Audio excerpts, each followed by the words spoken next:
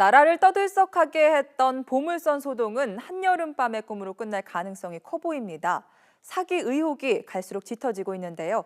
이 사안을 집중 취재하고 있는 박석영 기자와 취재 임팩트에서 자세히 짚어봅니다. 박석영 기자. 네, 박서경입니다. 네, 어제 투자자를 직접 만났다고요? 뭐라고 하던가요? 네, 어제 투자자 58살 김모 씨를 직접 만나봤습니다. 김 씨는 보물선과 연계된 가상화폐 신일 골드코인 500만 원어치를 구매했는데요. 네. 지난 5월과 6월 세 차례에 걸쳐 신일그룹 전 대표 유병기 씨 개인 계좌로 입금했습니다. SNS로 안내를 받았는데 150조 원짜리 금괴가 실린 돈스코이오를 인양하면 큰 이익을 볼 수 있다는 말을 믿은 겁니다. 40원에서 120원 정도의 코인 하나를 샀는데 이게 나중에 10,000원까지 오른다고 했으니 100배는 이익을 볼 수 있다고 생각한 건데요. 돈을 입금하면 두세 시간 뒤에 홈페이지에 코인이 들어왔고 네. 지인 추천을 할 때마다 무료 코인도 생겼다고 합니다. 투자자 김 씨의 말 직접 들어보겠습니다. 신물을 담보로 한 세계 최초의 가상화폐라 해서 저는 굉장히 희망적으로 믿었었죠.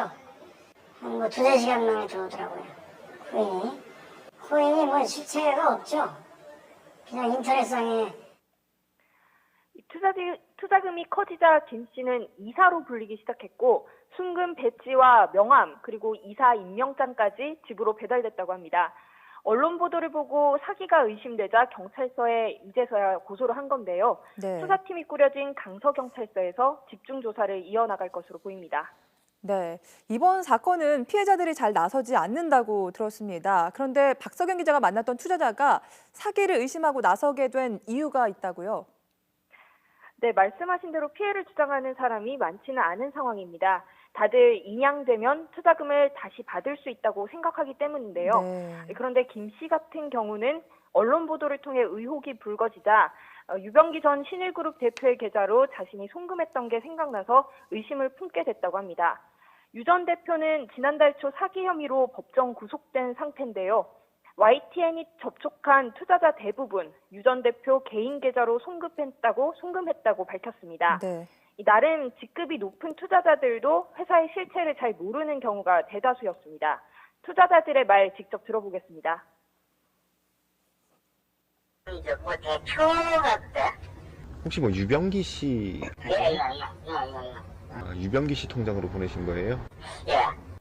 대표부터 저도 그렇고 모든 회원들이 그분들 이름으로, 그분 유병기 이름으로 다 입금되어 있는 상황이고. 이 명색이 그래도 투자금인데요. 법인 계좌가 아니라 회사 대표 개인 계좌로 보냈다는 것부터가 좀 비상식적이지 않습니까?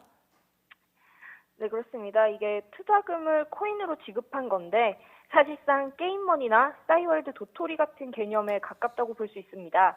주변에 소개를 하고 직급이 올라가면 코인을 무료로 주기도 했다고 합니다. 전문가들은 국내에서 인증받지 않은 이런 가상화폐 투자금을 대표 개인 계좌로 받는 건 비상식적이라고 지적했습니다. 네. 다단계 사기나 유사수신 가능성까지 제기했습니다. 개인 계좌로 투자금을 요구할 경우에는 투자자들이 한 번쯤 의심을 해봐야 한다고도 강조하기도 했습니다. 이 범행이 걸렸을 때 대표 개인의 일탈로 미루는, 즉 꼬리 자르기를 위한 책임 회피 수법일 수 있다는 건데요. 이 사기 가능성이 짙은데 구제될지도 지금은 알 수 없는 상황입니다. 의혹이 짙어지자 일부 투자자들은 환불 요청을 했습니다. 하지만 한 달 정도 기다리라는 말만 들어야 했습니다. 한 투자자의 경우는 환불을 요청했더니 현금 대신 많은 양의 코인을 대신 받았다며 허탈해 하기도 했습니다. 네, 많지는 않지만 피해를 봤다는 투자자들이 조금씩 나타나고 있어서 그래도 경찰 수사는 조금씩 탄력이 붙고 있다고요? 네, 경찰은 강서경찰서에 변호사와 경감을 포함해 10명을 투입해 수사팀을 꾸렸습니다.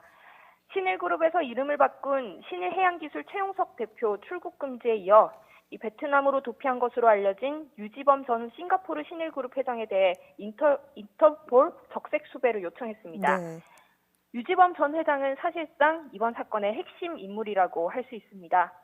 이 경찰 수사는 처음에는 인양 경쟁 업체가 사기 미수로 고발하면서 수사를 시작됐는데요. 이 직접적인 고소인들이 등장하면서 이제 수사가 숨통을 트이기 시작했습니다.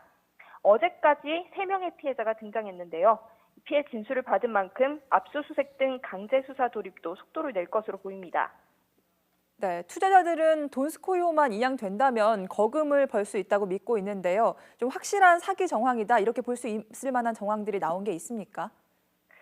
네, 일단 어제 싱가포르 신일그룹 측은 상장을 원래 절차대로 그대로 준비하고 있고 또 원한다면 환불 조치도 취하겠다는 공지를 홈페이지에 올렸습니다. 네. 그래서 아직 투자자들은 반신반의하는 경우가 많습니다. 진짜로 인양돼서 150조 금괴가 발굴된다면 아직 사기로 보기 힘든 것 아니냐는 의견도 나오고 있는데요. 이에 따라 경찰은 신일그룹의 최초 발견, 첫 발견 주장에 주목하고 있습니다. 신일그룹이 발견했다는 돈스코이호는 지난 2003년, 15년 전인데 동아건설과 함께 해양과학기술원이 이미 발견했다고 밝힌 상태입니다. 네. 당시 내용이 기록된 사진과 영상이 있고 또 국내외 학술지에도 게재돼 있습니다. 하지만 이번에 신일그룹이 최초 발견을 다시 주장한 건데요. 이 과거 과기원 자료는 거짓이고 다른 침몰선이었다고 이야기하고 있습니다. 이 둘 중 누군가는 사실이 아닌 말을 하고 있는 겁니다.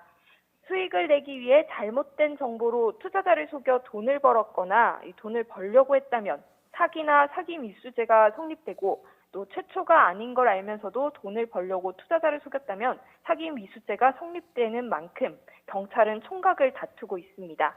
지금까지 사회부에서 YTN 박서경입니다.